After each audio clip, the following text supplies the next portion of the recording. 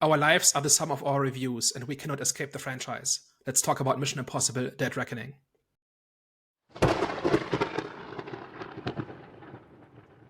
Hello, everyone. Welcome back. We are back at the Eye of the Storm podcast. So, today we're going to be doing something a bit new. As Mission Impossible Final Reckoning Part 2 will be coming soon, we thought, you know what, let's watch Part 1. So, Daniel. Yes, so the idea is that Mission Impossible is kind of a weird one where it's a franchise that's been around since the 90s. And I think we've all seen one or two movies in that franchise. But I think none of us have either seen all of it or are that familiar with the details. And with Final Reckoning coming out soon, we thought we'd look at the first part of that, which I hadn't seen. I think the two of you have, right? And to kind of to try to get caught up on the story and what Mission Impossible has turned into. I definitely saw the first one, probably part two as well, and probably none since then. So to me, Mission Impossible has kind of been this kind of standard spy action franchise, and I think that's part of why for years I hadn't really paid attention to it, because they kind of kept coming out and they all looked kind of generic or just an action movie. And so I've not kept up with them. And so it was really interesting to see like what it had turned into at this point. So what's your guys' backgrounds with Mission Impossible, and how well do you know Dead Reckoning Part 1? Yeah, so I've seen a couple of these. You know, when I was younger, I did watch maybe like Mission Impossible 2 or 3 or something. I think this one where he does a stunt where he's like tied to a pole and he lifts himself out of it, if you can say, or he does like this acrobatic thing and lifts himself out of it. But, you know, don't ask me to recall too much of that movie. But I've also seen, you know, some of the more recent ones, so like, you know, Ghost Protocol, Fallout, and of course Dead Reckoning when it first came out in the cinema. But these are all movies that I've kind of watched once and have enjoyed it for what it is, but haven't really revisited the movies or kind of done a bit of a deep dive or like delved into, you know, the core aspects of the movie. So it's ones that I do enjoy, but not ones that I would say I know super well. I've watched it here and there in terms of like the whole franchise. I'm not too familiar with the whole storyline. I just see this as in terms of like Final Reckoning. No, this is Dead Reckoning Part 1, right? In terms of Dead Reckoning Part, what was it? Dead Reckoning or Final Reckoning? So they made it difficult. It's Dead Reckoning Part 1 and then Final Reckoning. There's no Part 2. Okay, I might have introduced. Hold on, yeah, I think I introduced. Actually, no, I didn't. Okay, it's Dead Reckoning. Cool. So in terms of Dead Reckoning, I didn't remember. I watched it in cinema, but I didn't remember it. I think the hype around Tom Cruise doing like the stunts is what drew me to watch the film. I think the film for me, I just saw it more as a action-packed experience. I wasn't really going there thinking I was going to be immersed by the story that was going to be told. I just thought, okay, let me see what type of stunts Tom Cruise is doing. That's got everyone all hyped up about. And I was impressed. I was definitely impressed about the stunts. The story was cool, but in terms of just like the action value behind it, that was more of the selling point for me. So overall, I think it was more of a theatrical performance, like rather than watching a film with a good story. So, but yeah, in terms of like the whole franchise as a whole, I'm pretty much unfamiliar like the rest of you guys. For me, making the jump directly from probably part 1 or 2 directly to this one is kind of a culture shock. Like I had no idea what I was watching, because it's like in my mind, the Mission Impossible movies are kind of next to Top Gun, kind of the last classic Hollywood blockbuster franchise. Like pretty people going to exotic locations, having adventures, having big stunts, right? Like that's kind of like what we think of as classical Hollywood. And Mission Impossible seems to be one of the last few holdovers from that. And then what I actually got was, first of all, there are no human characters in this. Like none of the characters talk like human beings. They like kind of just sit in a room and explain the plot to each other, but they take turns explaining it. Like there's not even like a conversation between them. And I think this one is like going on 2.5 hours. Almost 3 hours long, 163 minutes. And that's probably an hour too long as well. And I saw somebody point out that the movie kind of has 5 scenes or something like that, or 5 big sequences, but this movie still manages to be 3 hours long. And then the actual great action sequences are like a few. Like in 3 hours, you get maybe 3 of them, something like that.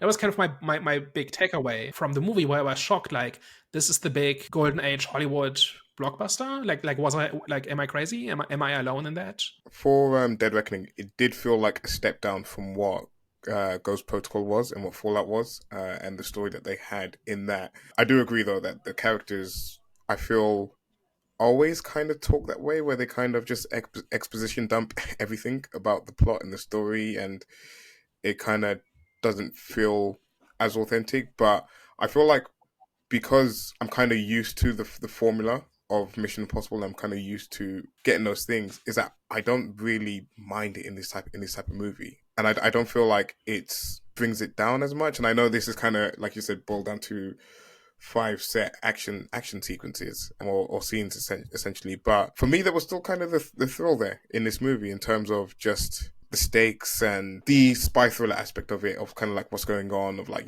people stealing stuff off people and, having to place things back, and, the weird and wonderful sort of gadgets that they're using, and sort of a lot of the like technologies that's being used, and sort of how things are being manipulated by the entity in this movie anyways, how things are being manipulated by the entity and stuff like that. So for me, it just kind of does those things well enough for me to just be like, okay, I'm having a good time. And I always say I'm not a big fan of just action movies for the sake of action movies, but there are, for me, a few that I do kind of enjoy because I feel like they do it a little bit better than, your typical, action movie that gets dumped out in January.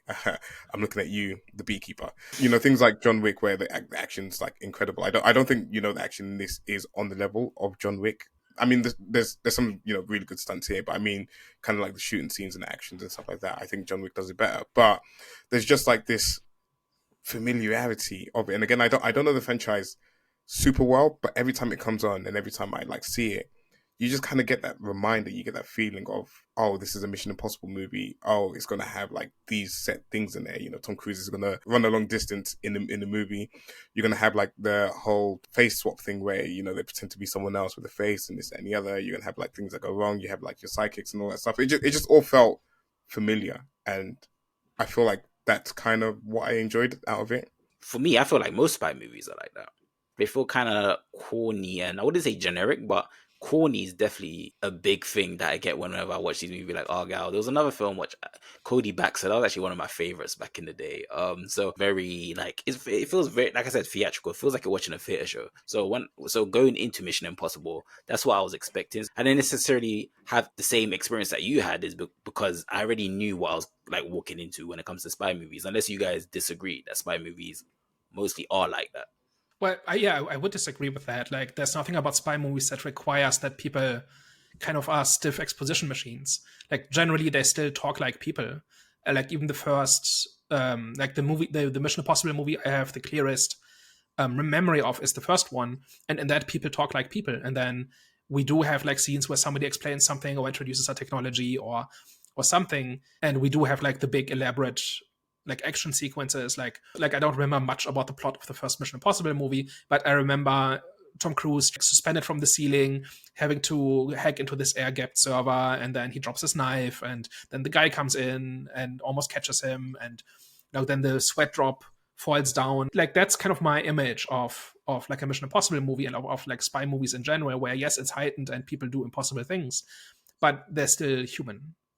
And I don't want to harp on about this too much, but like the entire tone was just so like they had left orbit years ago, it felt like. I'm kind of curious if you watch them all in sequence, if there's like a gradual progression, or if like at some point they change directors and it's just that person's style and it's been like this for 2 movies or something. I don't know, but it was just really jarring. What I would say about this, and it's kind of similar to the Fast and Furious saga as well, is that, as you progress these types of movies, is you can't kind of do the same things, and you kind of have to get bigger and you have to do more. And that doesn't excuse the dialogue, but again, with Mission Impossible, there's certain things that the audience come to expect of the movie, and it just feels like they try to dial that up to 100 or something, to exceed that every single time, as opposed to focusing on the narrative side of things and the story side of things. Again, like when I mentioned when we were discussing this before, is that when they were advertising this movie, the advertising that they were leading with was, this is Tom Cruise's latest crazy stunt that he sort of did by himself. It's not, oh, this is going to be a very sort of intricate mystery that needs to be solved. It's, this is what you're going to get from this movie. You're going to get, this, absolutely crazy stunt that Tom Cruise is doing. Same with like, some of the previous ones when he's hanging off of a plane and stuff like that. So again, it just seems like with these types of movies, It's how can we outdo what we did last time? How can we impress the audience more than we did last time? And it seems the story and the characters then kind of fall by the wayside a little bit, and Mm-hmm. the dialogue isn't the main focus of it. And you can kind of see it in something like John Wick, because John Wick isn't a man of many words in his movies, and most of the time he's just saying yeah to most stuff, because you're not really there for the dialogue. You're there because John Wick is about to murder 255,000 people in this movie, and he's going to do it in the most coolest and the most cool and the most amazing way. I understand all of that, right? Like ultimately, like, the things I know about the other Mission Impossible movies is like Tom Cruise hanging onto a plane, for example, right? I picked up on that even though I had not seen the movie. And so that's kind of what it's famous for, and that's its big appeal, that they're doing these practical stunts, and that's kind of the centerpiece of these movies, right? But then they spend 2 hours just on exposition where they kind of explain kind of the stakes to each other. I'm not convinced that it actually has to be that long. It has to be that heightened and that wooden, and that you could just have like 2 or 3 big action sequences and have them be connected by like human tissue, where characters kind of go from one to the other, and they do so for relatively understandable reasons. And it's not like any of this necessarily didn't make sense. It's more like the way it was delivered is really the issue, because this is not a complicated story. There's this killer AI that's about to co-opt all of civilization, and they need to contain it. And to contain it, they need this key that comes in 2 parts, and the AI is trying to stop them, and other factions are trying to get the keys as well. And there's like an arms dealer involved, and foreign governments and agents of the AI and stuff like that. Like, it's not terribly complicated. Like, if you just kind of summarize the plot, there's not that much going on. It's just, I think, entirely the way it's delivered that's so weird. And it kind of made me dread the next part, because that one's also like 2 hours and 40 or something like that. If it's another 3 hours, like almost 3 hours of more of that, then I'm a little like, it was kind of okay while I was kind of on my PC and I had it in a window open, and when they were talking about something not that complicated for 20 minutes, I could kind of drift off and do something else, and then 10 minutes later come back and they were still there. But if I imagine myself sitting in the theater for 3 hours, like almost 4 with the like with ads and trailers, I'm kind of dreading it, if I'm honest. And I don't think it has to be this way. I understand what you're saying. I feel like if a film is going to be like, have a runtime that's nearly 3 hours, then you need a compelling story. And you're right, it isn't too hard to understand. And like I said, for me, the selling point was the theatrics and the action sequences. I understand how someone would get bored of just watching action for nearly 3 hours. So I do hear where you're coming from. But there's like a middle ground. You can have like 100-minute movie, and every 30 minutes we have 25 to 30 minutes we have a big action set piece that lasts, I don't know, make it 2 hours, make it 120 minutes, whatever, right? Whatever the numbers are. Like, not that much happens. And it's like I really like the scene like with on the train when they try to get onto the train to get the encryption keys. But it's like they had something like at least 20 minutes of setup for that. And it's like, I'm not entirely sure that it was necessary. Like, there are some very lean action movies that have several iconic action set pieces, right? Like Terminator is one of them. John Wick is one of them. Kingsman has like some amazing. I'm just in love with the fight scenes in Kingsman, like the pub fight and the church fight and stuff like that. And like they have like 3 or 4 of those over the course of a normal amount of time, and it works. Like it's not rushed, it's not overcrowded. I feel like if this one kind of cut the exposition in half, it would be a much better movie. Like, how come you guys don't have an issue with the fight scenes in like these spy movies, but then you had the issue with the fight scenes in Beekeeper? Because one of your main arguments were, the realism in what we were watching was ridiculous. But in spy movies, especially this one, I was watching certain things like, this is ridiculous. I think you're confusing Beekeeper and Argyle. In Argyle, I had the complaint that they changed the rules several times. Like, they set up a standard for what's possible in this world and what kind of story this is, and then they change it several times, and they don't even stay consistent within the same scene, where they set up rules or kind of make promises on what kind of movie you're getting, and then they give you something completely different, but for no good reason. So it starts off fairly grounded, and then it gets increasingly crazy, but then it's not just an escalation, it's also that they kind of go back and forth, kind of at random, based on what they thought was cool. And and this movie is not like this, right? It's fairly consistent in terms of what's possible and what characters do, and kind of like the level of crazy. Like I'm totally on. Like, and I think I said back then in the Argyle conversation that I would have been fine with any of those 3 or 4 different spy movies. The problem with Argyle was that it gave us all of them at the same time and couldn't make up its mind about which one it was. And here it knows what it is, right? It's pretty consistent. People are too fast, too tough. The technology is too advanced and so on, like, to be realistic, right? And so it gives us a fairly consistent, apparently in every Mission Impossible movie, there's a big reveal about the masks, right? Where somebody's pretending to be somebody else. There's a big reveal. And that's one of those things you can expect in every installment. That doesn't make sense. I think it kind of was pushing it the first time they did it, and it's kind of gotten more ridiculous over time, and that's part of the appeal. That's the style you get from a Mission Impossible movie. It seems like within each movie, the style is pretty consistent. Like, it does not change its mind about what kind of movie it is throughout the story. And I think that is something that I can hold to its credit, because a lot of movies kind of don't do this, right? Where they like break their own rules or whatever, and this doesn't seem to do that exactly. Like across the entire series, probably. Like I think I remember the first one as pretty grounded, like heightened but grounded. Like these were still real people, and here we are in pure comic book territory. But that's not a problem. If you sell me that kind of movie from the beginning, which this does, then I'm okay with it. I'm not okay with it if you tell me it's one thing, but then you deliver me another, but it's not clear that there was a good reason for it. I think as well with the Beekeeper, because I know you mentioned that as well, was that there was just like some ridiculous stuff kind of going on with it. It was you that said it. 'Cause I think someone Yeah, mentioned about it was a whole like aspect of how he even got into the White House is one that I remember, where it was like the most basic thing. There wasn't like any like real thought behind it. He just kind of he was like kind of crawling underneath cars, and then I can't remember how he did that. I think he put a bodyguard sort of outfit on, and then just kind of found himself in the White House, and you're like, okay. It just didn't really make sense that this kind of like regular beekeeper guy would end up in that situation. And I feel like they just kind of try to push it further than it needed to be. Whereas like in this movie, there's a lot of just really good like hand-to-hand combat actions that doesn't need to be, in this like grand place, but is done well. Like, for example, the scene where the entities kind of led Tom Cruise down the wrong path, and he's in this like really tight alley with, the 2 people that are after him.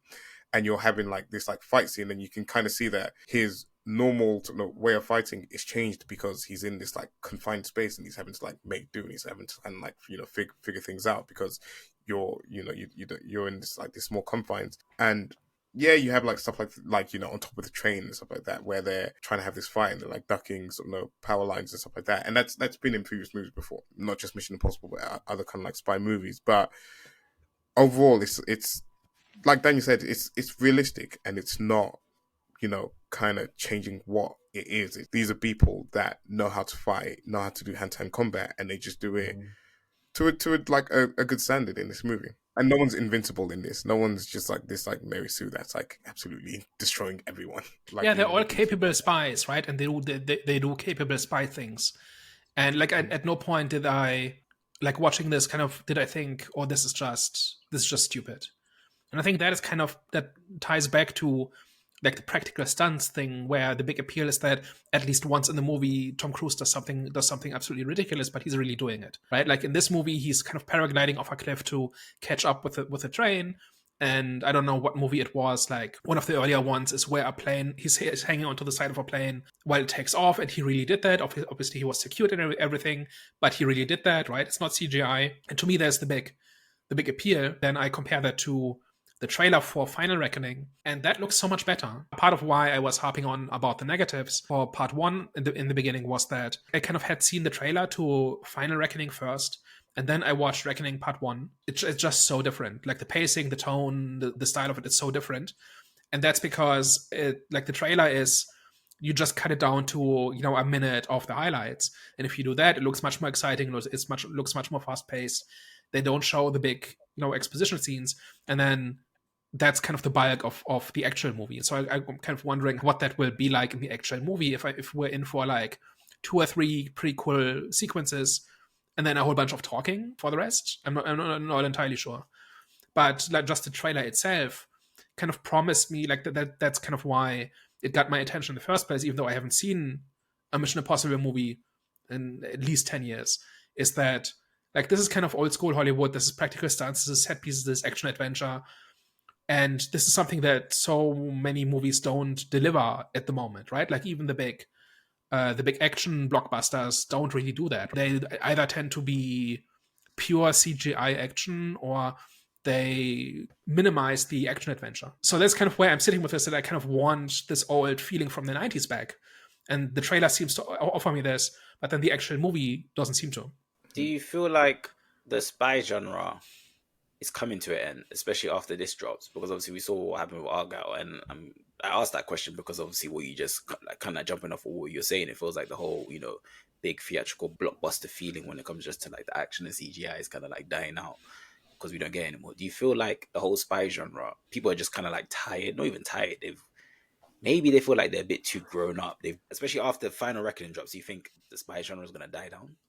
Because I feel like that's where we get most of what you're talking about in these type of movies, and other stuff as well, like superhero movies and stuff, etc. But especially with these ones, that whole theatrical, exaggerated, out of this world, crazy stunts and stuff is mainly like the spy movies. Because there's another spy movie which you thought that was really good, Daniel, but didn't do good in our box office that we reviewed. What was that again? That was Fall Guy. That was fun for a few different reasons. One of them was the practical stunts and all of that. I don't know. So, like, I mean, what's coming out in the spy genre? Kind of, James Bond has been dead for a decade. That franchise has its own issues, but that tended to be like the jet-setting, high society spy action. The Kingsman movies, there was like 3 movies if you count Argyle, I think, and one of them was good. Like Argyle was not great, and Kingsman 2, it wasn't called that, but whatever it was called, I watched that and it was nowhere near as good. You know, what else is there? There's this. Like, one of the things I really enjoyed about this movie is just going to exotic places. And just it feels like you're really there. You're really in Venice. You're really in the Alps. So just like this globetrotting action adventure, where we're kind of chasing the globe, like chasing some objective across the globe. I'm really up for that.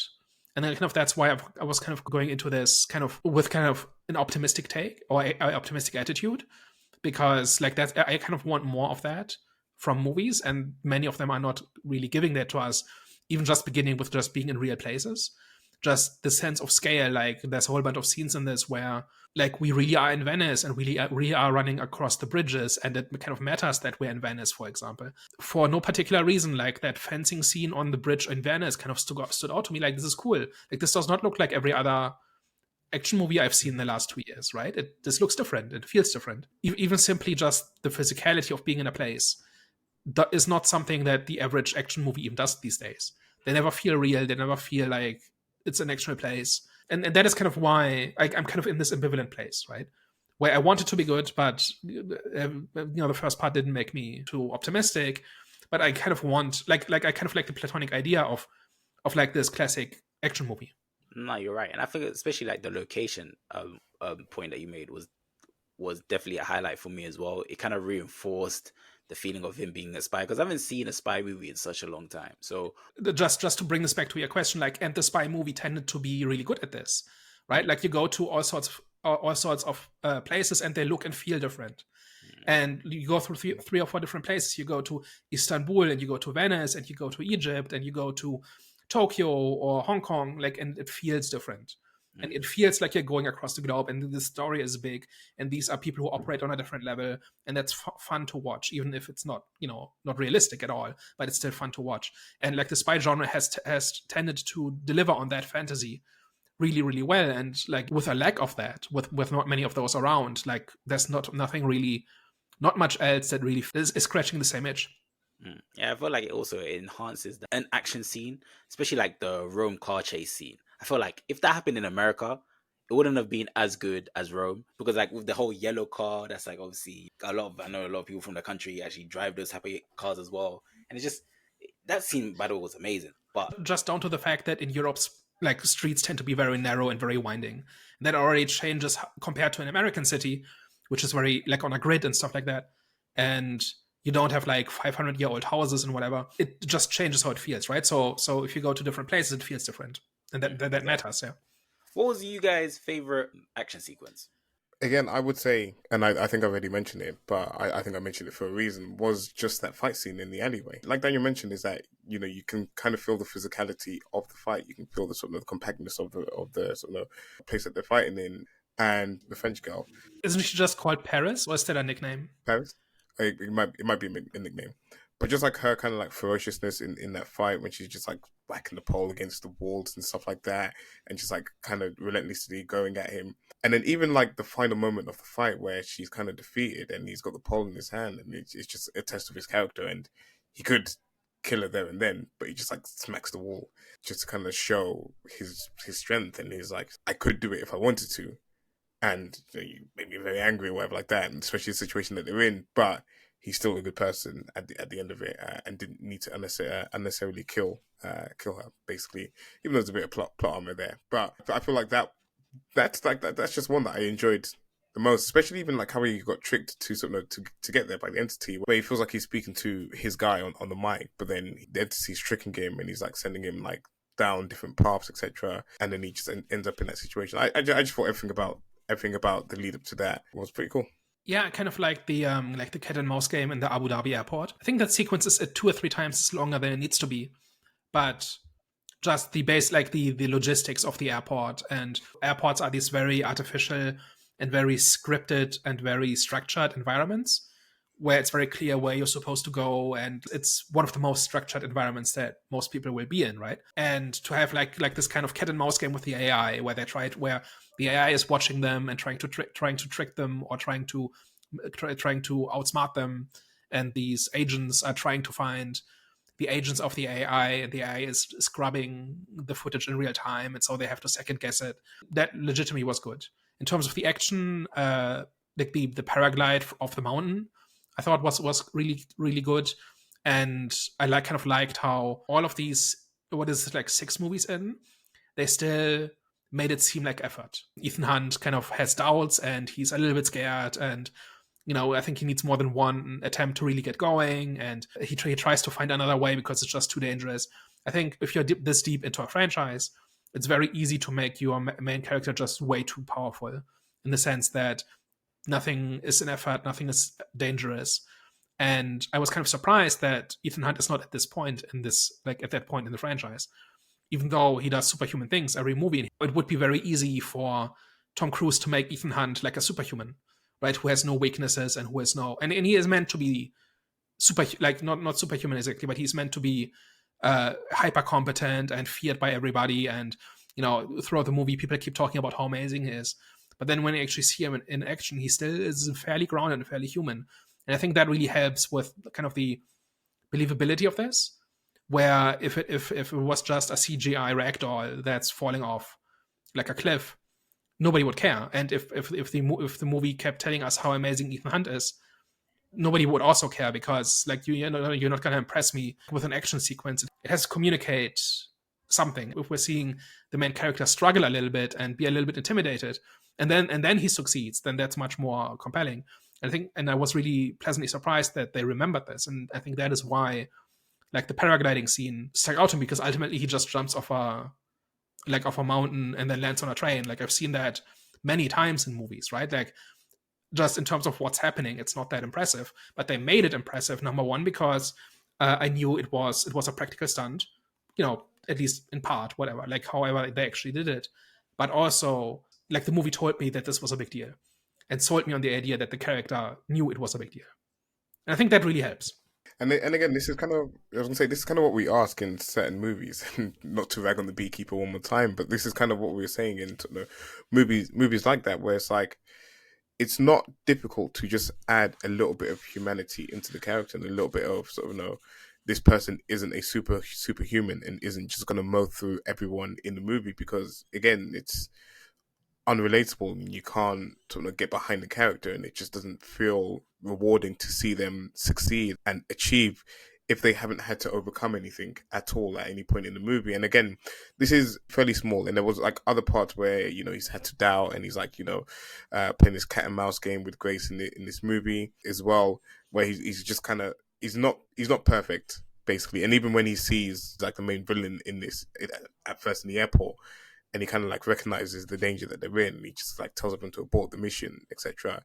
It's kind of showing that he has those doubts, and like there are things that still challenge him and he needs to overcome. And that's kind of just all we ask. And in that particular scene that Daniel's talking about, it's not something that is overplayed at all. It's something that's like fairly quick, fairly simple. It's like, oh, are you sure? And then he, like, in that moment, he quickly has to figure out, because the guy on the mic is telling him just jump off, but then he has to quickly sort of analyze the situation that he's in at the moment. And he's like, I need to get away from this mountain. How do I do that? Okay, this is what I need to do. And then we're behind him. We're on board with it. And again, it just doesn't take that much to put it in there. I kind of want to go off what you mentioned, Daniel, regarding the whole humanity in the characters and them not being what do you guys say, Nancy Sue or whatever? Was it Mary Sue? So Mary Sue is like a wish fulfillment character who has no flaws, who is the best at everything. Their entire personality is being awesome. The point was Gabriel. How do you guys feel about Gabriel's character as a villain? And at times, did he feel like a Mary Sue? Because I'll be honest with you, I understand. I think his character was kind of like parallel to the entity, because he felt like he was omniscient and omnipotent. The way that he was just moving, the way that he'd know what's about to happen and what's going. He was very calculating. So how did you guys feel about his character? I mean, he's being guided by an all-powerful AI, right? Who can see everything, who knows everything, right? If you're in that position, you're going to have a bunch of advantages, right? Also, there's a difference, I think, between a powerful villain and a powerful hero, because we're supposed to see the hero's struggles. And if they are too powerful and if they have not enough flaws, then it's not a compelling journey. And a villain is meant to provide that kind of obstacle and that kind of threat. And so them being powerful enhances the story, whereas a hero being too powerful diminishes the story. I think that's the difference. Regarding his motivations, do you feel like it was clear enough? Because I didn't necessarily understand just why he wanted to know, like, what happens when you open the entity or so. I don't know. I forgot how that whole entity thing operates. But in terms of like just his motivations in general and why he was doing what he was doing, it didn't necessarily for me feel clear enough. Was it just that he just wants to be the most powerful man in the world? I'm not sure it's explained in this one, right? He just serves the AI, right? Like, there's a lot of detail to keep track of, and a lot of characters. I'm not sure it's really revealed in this one, right? He just serves the AI, and the AI gives him the resources and kind of the guidance to do what he does, right? And he kind of just executes the AI's plan, and I'm not sure we know why. I imagine this is something that comes in part 2, and normally I don't like justifying story flaws by saying, oh, well, there's always a part 2, but kind of figuring out kind of the top henchman's motivation, that's something that belongs in part 2, right? I agree, and I think this entire story was just about the focus on the entity and like the race to have control over it, or the race to sort of find the keys to then have some type of control over it. I don't feel like his true motivation behind it needed to be revealed here, because again, the main threat is the entity, and the main threat is trying to keep Ethan Hunt away from sort of having the means to destroy it, because it knows the biggest threat to it is Ethan Hunt. Everyone else will keep it alive in some shape or form, whether it's trying to control it, etc., even though it probably doesn't want to be controlled. The main sort of kind of antagonist to it was Ethan Hunt, and Ethan Hunt's sort of will to destroy it. So again, we'll kind of understand a little bit more about his overall plan. And I feel like maybe it was like the AI and sort of the entity's plan to get someone from Ethan's past as well, to sort of kind of like haunt him as well, and to maybe throw him off. And maybe in its calculations, it kind of, picked up that because this happened between, this character and Ethan Hunt, that, that might sort of maybe throw him off his game, or the entity was maybe, like was mentioned in the movie, relying on Ethan Hunt to possibly kill him or something like that, so that he didn't get certain information or something along the lines. I can't remember what was said in the movie, but like Danny said, it's one for the second movie, and if they don't explain it well in that movie, then we have a problem. And also, while what's the guy's name? While Gabriel is the antagonist, one of the antagonists, really, it's not the point of the story, right? The point of the story is getting the key, and you've got all these different factions who want to get the key or want to keep somebody else from getting the key, and I think that's the part that's important. And I'm not sure the henchman's motivation is necessary for that. Maybe that becomes a bigger part in the second one, I don't know. But I think it was fine here. Yeah. Normally when we kind of like rip on these movies, it's because the story itself isn't great. And I know we talked about the characters in the exposition dump that sort of kind of was all throughout the movie, and the characters felt wooden.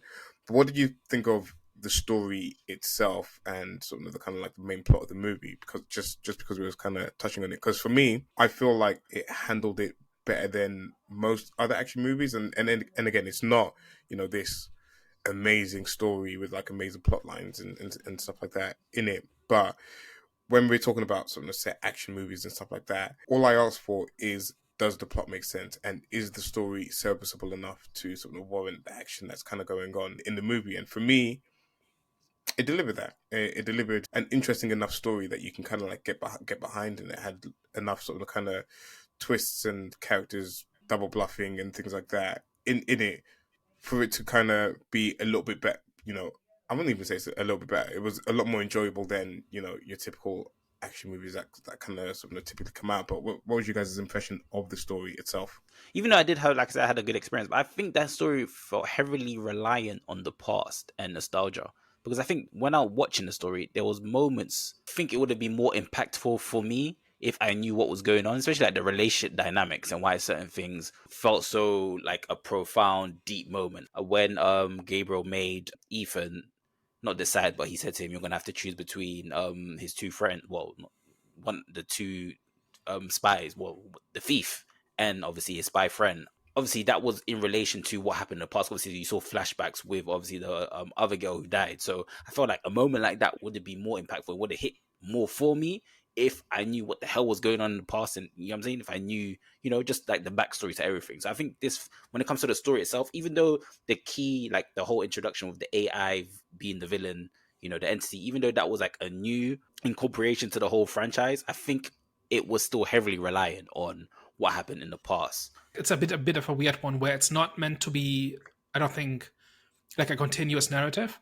Like this is supposed to be the start of a new story, but at the same time, we spend a whole bunch of time on Ilsa's death, for example. And I just didn't care because she does nothing in this movie that makes me care about her.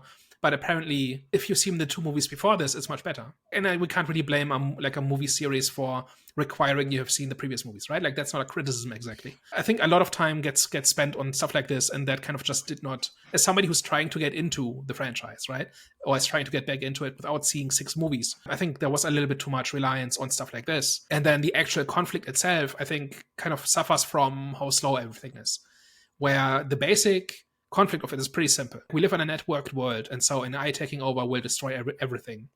And whatever exists after that is completely different. And so, like, who you were before that does not matter. How much money you have doesn't matter. Like, your nations don't matter. Only the AI matters, right? And that's a really cool idea. There's kind of two reasons why it didn't really grab me as much as it should have. First one is the constant slow motion exposition. It's just way too much. It's too abstract. It's too high-minded. They should have taken that and then wrote actual dialogue that expresses those ideas. And here they're kind of just exchanging like high-level concepts, and that just does not bring across the urgency at all of what's happening. And the second one is that right now it's all abstract. It hasn't happened yet. The entity is like, we see it do stuff, but we don't really see like an example of what happens when it takes over. And maybe that's kind of what the movie was missing, where it had taken over in one place and we see that place and we see it's terrible. Maybe if that had happened, then we would have had a clear idea of what is actually at stake. Because like as it stands, it's just way too abstract. I can agree with that. I think that's a fair criticism. That last part about actually seeing the true capabilities of the AI. I think that's fair. That follows into my next question. So, what questions are you most eager to have answered with part 2? Predictions, hopes, etc. Is Paris dead? Because that whole scene annoyed me, because she kind of got up and had the strength to sort of lift him from the trains that were falling down, and then just casually took a seat. Yeah, that scene was mad. When I saw that, I was like, okay, this is where it gets ridiculous. Pretended to die or whatever, but I was like, I remember seeing it the first time and I was like, it doesn't make sense. I watched it the second time and I was like, this is some BS, man. Like, how is she just like gone from, you know, lifting 2 people, not even just one person, because he was also holding on to her, but had the strength to lift up 2 people and, you know, haul them up off the train that was falling down, and then just went and died. So, is she dead? Is she alive? I don't know. They mentioned that she was, you know, she still had a pulse or whatever, but it just annoyed me. Like, that happened in the movie. So probably not the biggest thing that needs answering, but it was just like something that kind of stuck with me.